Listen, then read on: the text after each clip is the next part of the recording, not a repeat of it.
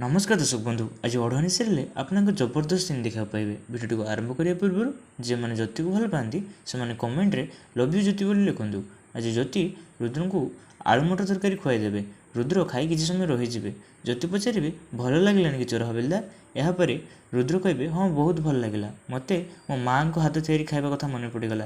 यही सब जिनस को इंदुमती लुचिक देखुवे। हाँ दर्शक बंधु से कहे ना एमती के पारबनी। ये ज्योति जदि रुद्र प्रिय हो जाए ना तो से घरे राज करने को बेसी दिन लगभग। यापर से गोटे प्लानिंग करेंगे।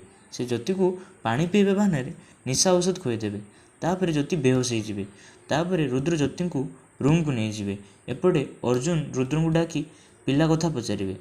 हेले रुद्र कहे तुमको खराब लगुनि मत एक कथा पचारे। तापर अर्जुन गोटे भिडियो रुद्र को देखेबे। हाँ दर्शक बंधु आउ कहे जदि तू चाहूँ तो माँ बंची रहू तो शीघ्र संतान कथा भाव नहेले आम बारंबार ज्योति को निद मेडिसिन दे पारूँ। शेष में आमको तो माँ को विष देवाक पड़ो।